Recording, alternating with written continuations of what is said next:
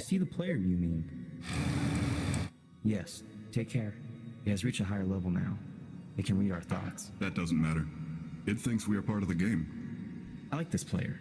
It played well. It did not give up. It is reading our thoughts as though they were words on a screen. This is how it chooses to imagine many things when it is deep in the dream of a game.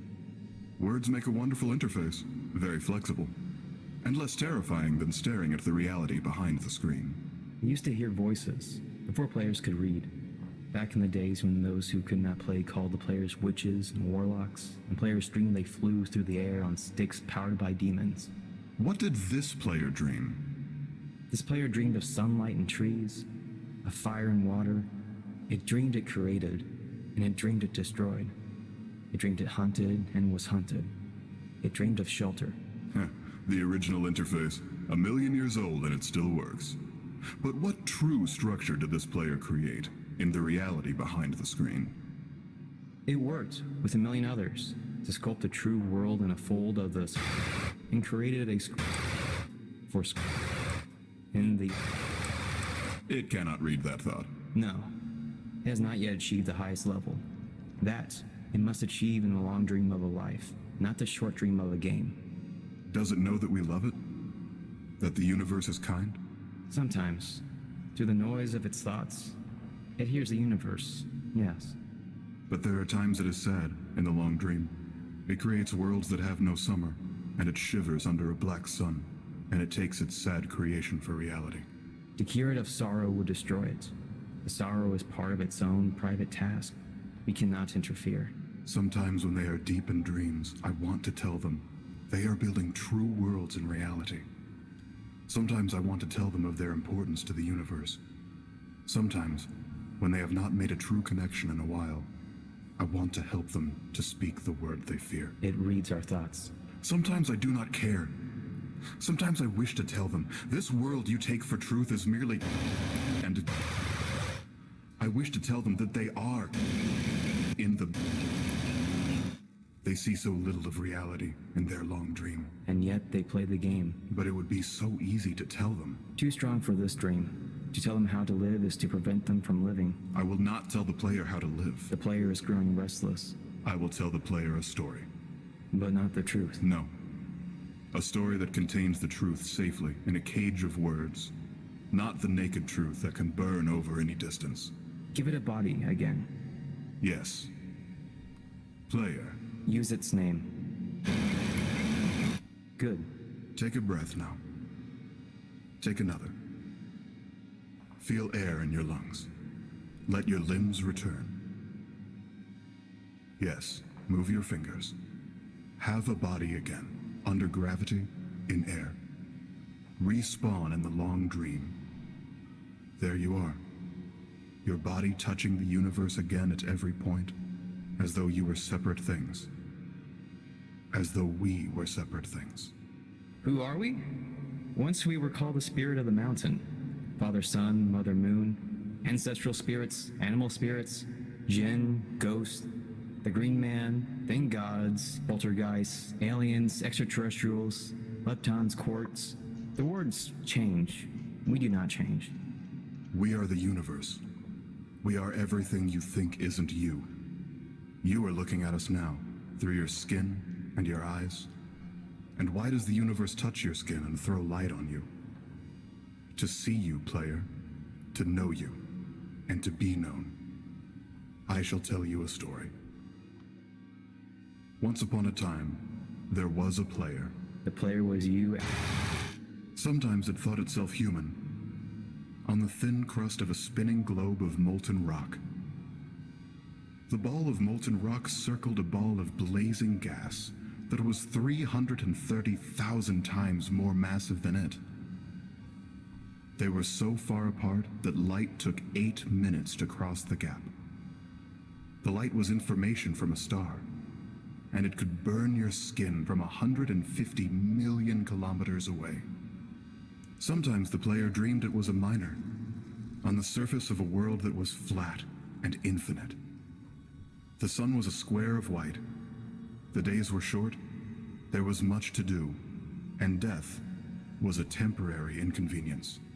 Sometimes the player dreamed it was lost in a story. Sometimes the player dreamed it was other things and other places. Sometimes these dreams were disturbing, sometimes very beautiful indeed.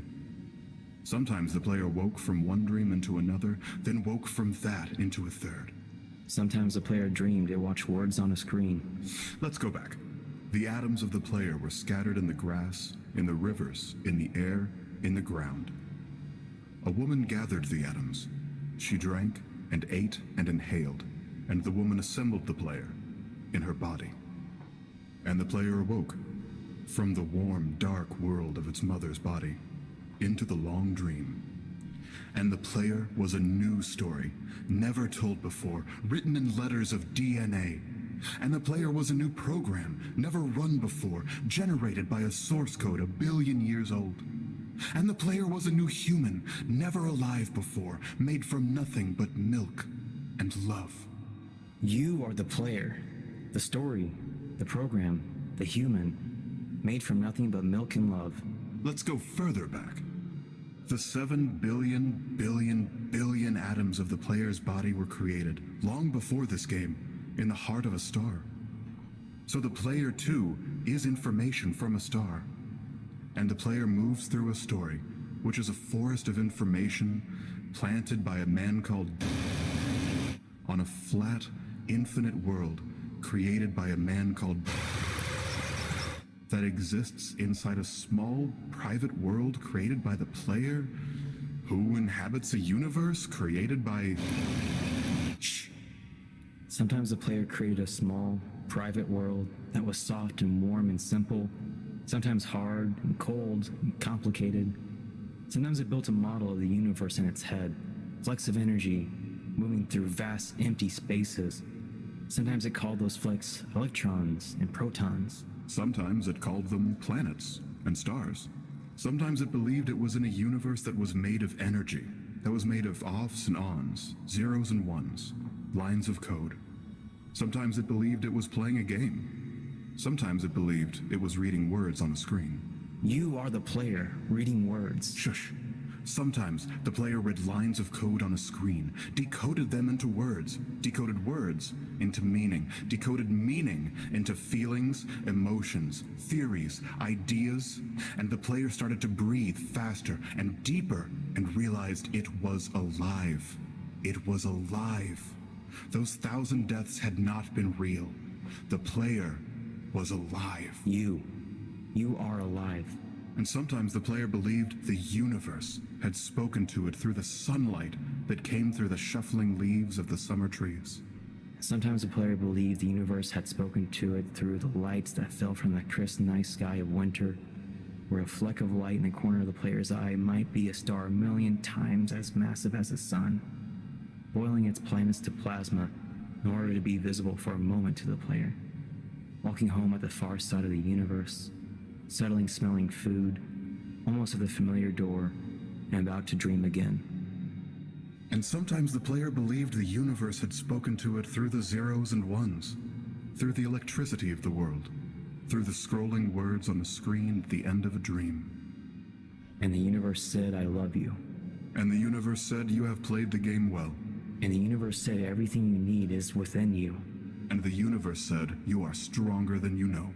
And the universe said, "You are the daylight." And the universe said, "You are the night." And the universe said, "The darkness you fight is within you." And the universe said, "The light you seek is within you." And the universe said, "You are not alone." And the universe said, "You are not separate from every other thing." And the universe said, "You are the universe, tasting itself, talking to itself, reading its own code." And the universe said, "I love you, because you are love." And the game was over, and the player woke up from the dream, and the player began a new dream. And the player dreamed again, dreamed better, and the player was the universe, and the player was love. You are the player. Wake up.